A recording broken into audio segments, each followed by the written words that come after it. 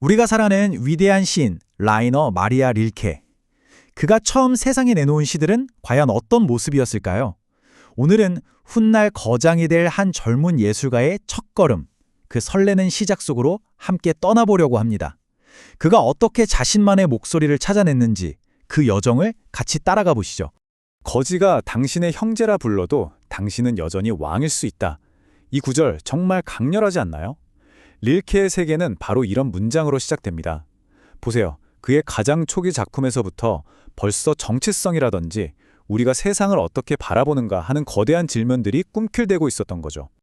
자, 그럼 본격적으로 들어가 볼까요? 지금부터 우리가 살펴볼 건 릴케가 20살 무렵에 뜨거운 열정으로 써내려간 시들을 모은 첫 시집입니다. 근데 이게 그냥 평범한 시집 한 권이 아니에요. 그게 또 아주 재밌는 점이죠. 사실 이 첫 시집은요, 세 권의 다른 시집을 하나로 묶은 거예요. 타임라인을 한번 보세요.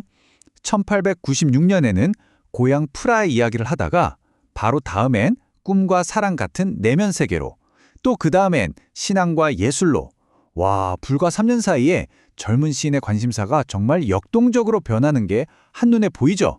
우리는 이 변화의 흐름을 하나의 여정처럼 따라가 볼 겁니다. 자, 그럼 그 첫 번째 무대, 프라하로 가보시죠. 릴케의 모든 여정은 그의 첫 번째 위대한 주제, 바로 도시 프라하에서 시작됩니다. 이곳은 그에게 세상을 시인의 눈으로 보는 법을 가르쳐준 학교나 마찬가지였어요. 릴케가 프라하를 어떻게 봤는지 한번 보세요. 그냥 높은 탑이 있다가 아니죠. 투구 쓴 거인이라니, 그 스케일이 정말 엄청나지 않나요? 마치 언어로 거대한 풍경화를 그리는 것 같아요. 그런데 릴케는 이렇게 큰 것만 보는 시인이 아니었어요. 시선을 확 바꿔서 이번엔 아주 작은 소리에 귀를 기울입니다. 낡은 집 안에서 들려오는 희미한 아멘 소리라니. 도시의 거대한 모습뿐만 아니라 이런 가장 작은 속삭임까지 전부 시로 만들어버리는 거죠. 이 구절은 정말 감탄이 나와요. 그냥 천사 조각상이 있다고 말하지 않잖아요. 지친 듯 미소 짓는 아기 천사라니, 마치 이 돌 하나하나에 생명과 이야기를 불어넣는 것 같지 않나요? 릴케의 눈에는 도시 전체가 살아있는 존재였던 겁니다. 자, 지금까지 릴케의 눈에 비친 바깥 세상, 프라하를 실컷 구경했어요. 근데 문득 궁금해지죠? 그렇다면 그의 마음속은 과연 어땠을까요? 이 섬세한 시인의 내면에는 어떤 풍경이 펼쳐져 있었을까요? 이제 시선을 안으로 한번 돌려보겠습니다. 이제 릴케의 여정의 다음 장으로 넘어가 봅니다. 바로 그의 내면 풍경, 꿈과 갈망, 사랑이 소용돌이치는 그 깊은 곳으로 함께 들어가 보죠. 이 시기의 시집 제목이 트라움 쾌쿠룬트, 우리말로 하면 꿈의 왕관 정도가 될 텐데요. 제목부터가 벌써 나는 이제 바깥 세상이 아니라 내면을 이야기할 거야 라고 선언하는 것 같지 않으세요? 정말 멋진 제목이죠. 릴케가 자기 마음을 어떻게 표현했는지 한번 들어보세요. 와, 잊혀진 예배당인데 그 제단 위에는 거친 5월이 한가득 피어난다. 이 짧은 두 줄에 신성함, 쓸쓸함, 그리고 막 터져나오는 생명력이 전부 담겨 있어요. 정말 대단하죠. 그리고 이 시기 릴케의 시들은 감정이 정말 격렬해요. 이 구절처럼요. 너무 화려해서 오히려 두려울 정도의 아름다움, 그리고 그 순간에 그대가 내 영혼을 가지러 온다. 와, 정말 낭만적이면서도 숨막히는 감정의 파도가 그대로 느껴지지 않나요? 릴케의 내면에는 이런 뜨거운 사랑만 있었던 게 아니에요.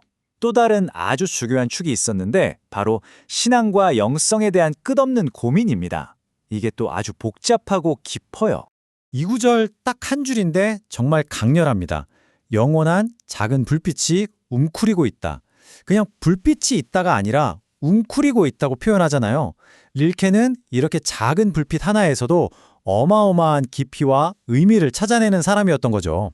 젊은 릴케의 영혼은 이렇게 양극단을 오갑니다. 한쪽에서는 성스러운 공간에 눈부신 영광과 기적을 노래하죠. 그런데 다른 한쪽에선 어때요? 차갑고 고독한 밤, 영원한 슬픔을 이야기해요. 이 찬란한 경외감과 깊은 고독감이 젊은 릴케 안에서 계속해서 싸우고 있었던 겁니다. 자, 지금까지 릴케의 초기 시세계를 여행해 봤는데요. 이제 이 조각들을 한번 모아볼까요? 이 풋풋한 첫 시들 안에 우리가 아는 그 위대한 시인 릴케의 DNA가 어떻게 숨어 있었는지 그 천재성의 씨앗을 함께 찾아보겠습니다. 릴케의 여정을 정리해보면 이렇습니다. 먼저 프라하라는 세상을 온몸으로 관찰했죠. 그리고 그 시선을 자기 내면으로 돌려서 꿈과 사랑을 탐험했어요. 거기서 멈추지 않고 신앙과 영혼이라는 더 큰 질문으로 나아갔고요. 이 모든 과정을 거치면서 마침내 이 모든 걸 담아낼 자신만의 목소리를 벼려낸 겁니다. 이게 바로 거장이 되어가는 과정이었던 거죠.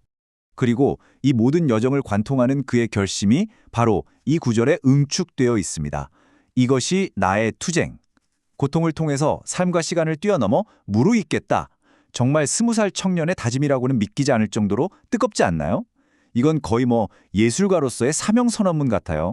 이 뜨거운 야망이 이미 이때부터 타오르고 있었고 이게 나중에 두이노의 비가 같은 위대한 작품으로 활짝 피어나게 되는 거죠.